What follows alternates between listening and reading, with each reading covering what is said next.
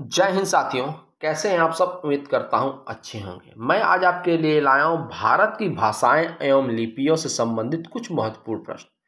आशा करता हूं दोस्तों कि ये प्रश्न आपको पसंद आएंगे। दोस्तों, अगर आप चैनल पर नए हैं तो चैनल को सब्सक्राइब लाइक जरूर कर दीजिएगा दोस्तों, क्योंकि ये आपके एग्जाम के लिए क्वेश्चन में जो लाया हूं दोस्तों ये महत्वपूर्ण होने वाले हैं दोस्तों। तो इस वीडियो में आप लोग बने रहिएगा। तो चलिए स्टार्ट करते हैं और देखते हैं कि भारत की भाषाएं एवं लिपियों से क्वेश्चन क्या क्या बन सकते हैं आपके एग्जाम के लिए। आइए क्वेश्चन देखते हैं। भारत की प्राचीन भाषा है। भारत की प्राचीन भाषा क्या है दोस्तों? तो संस्कृत है। भारतीय संविधान के अनुसार भारत की राजभाषा है। भारतीय संविधान के अनुसार भारत की प्राचीन भाषा संस्कृत हो गया।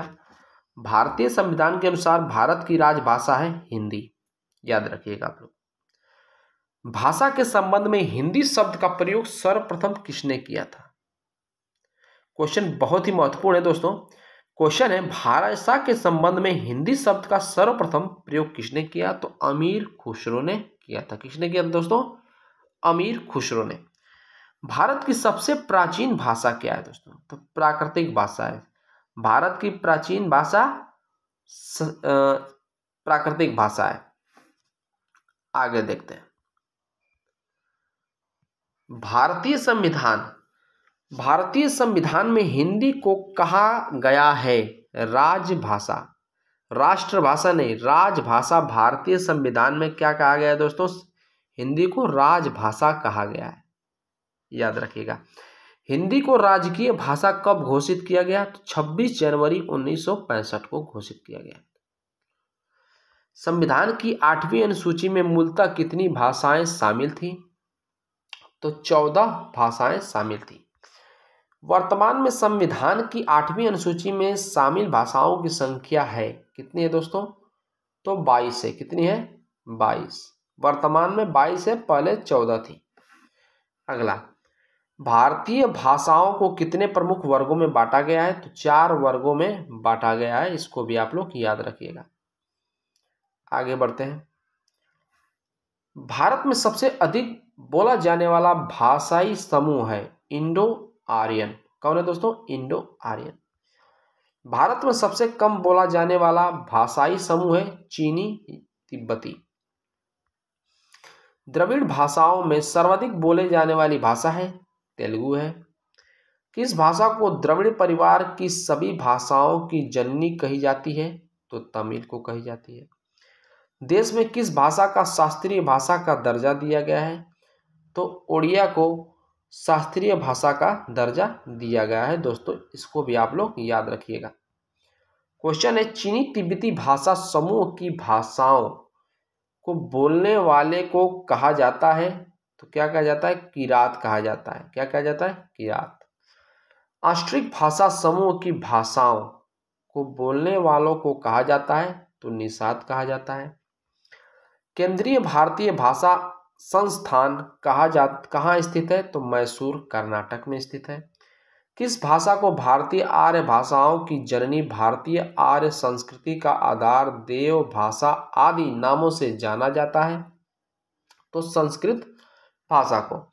उर्दू किस भाषा का शब्द है? तो तुर्की भाषा का शब्द है। आगे चलते हैं दोस्तों।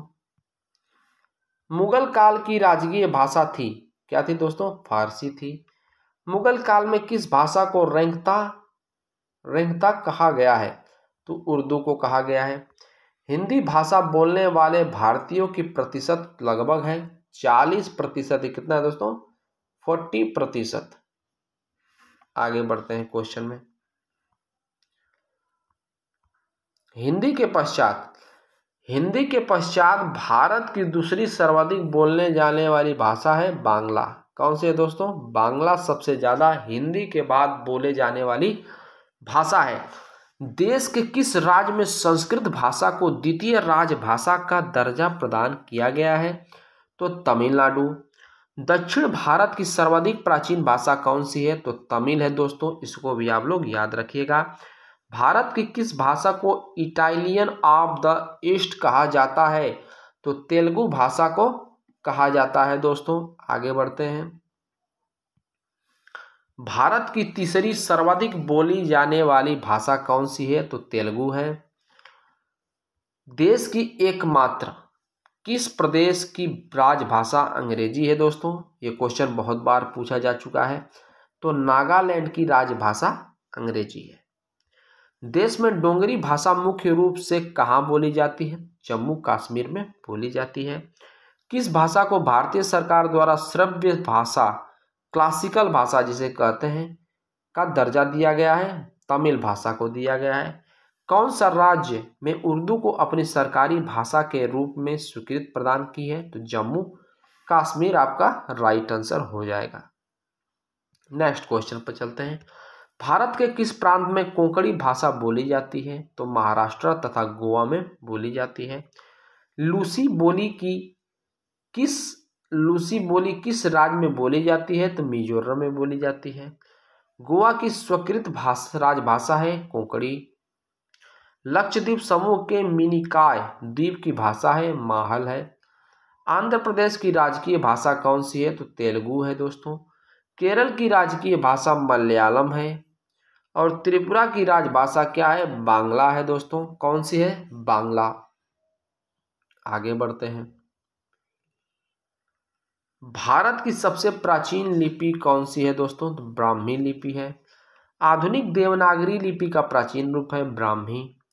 किस लिपि को सभी लिपियों का जन्मदाता कहा जाता है? ये क्वेश्चन तो आप वेरी वेरी इंपॉर्टेंट कर लीजिएगा दोस्तों। किस लिपि को सभी लिपियों का जन्मदाता कहा जाता है? तो ब्राह्मी लिपि। बहुत बार ये क्वेश्चन पूछा जा चुका है। ब्राह्मी लिपि लिखी जाती है बाईं से दाईं ओर लिखी जाती है। प्राचीन ब्राह्मी लिपि का अर्थ निकालने वाला प्रथम व्यक्ति था जेम्स प्रिंसप था।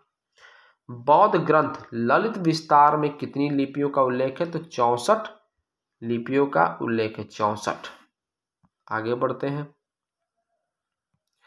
जैन सूत्र में कितनी लिपियों का उल्लेख है? तो 18 है। किस काल की लिपि को चित्राक्षर लिपि कहा जाता है? तो हड़प्पा काल को कहा जाता है। खरोष्ठी लिपि लिखी जाती है तो दाईं से बाईं। खरोष्ठी लिपि जो दाईं से बाईं लिखी जाती है। पंजाबी भाषा की किस लिपि में लिखी जाती है? तो गुरुमुखी में लिखी जाती है। हिंदी किस लिपि में लिखी जाती है? तो देवनागरी लिपि में लिखी जाती है। अशोक का मनसेहरा तथा शाहबाजगढ़ी अभिलेख किस लिपि में लिखी गई? तो खरोष्ठी लिपि में लिखी गई है, जो कि दाईं से बाईं ओर लिखी जाती है। आगे बढ़ते हैं। क्वेश्चन है, अशोक ने किस लिपि का प्रयोग राष्ट्रीय लिपि के रूप में किया है? तो ब्राह्मी लिपि को किया है दोस्तों। नेक्स्ट और लास्ट क्वेश्चन, अशोक ने शिलालेखों की लिपि ली है? तो ब्राह्मी लिपि है। दोस्तों वीडियो आपको अच्छा लगे तो लाइक और सब्सक्राइब जरूर से कर दीजिएगा और बताइएगा कि वीडियो आपको कैसा लगा। आपका बहुत बहुत धन्यवाद।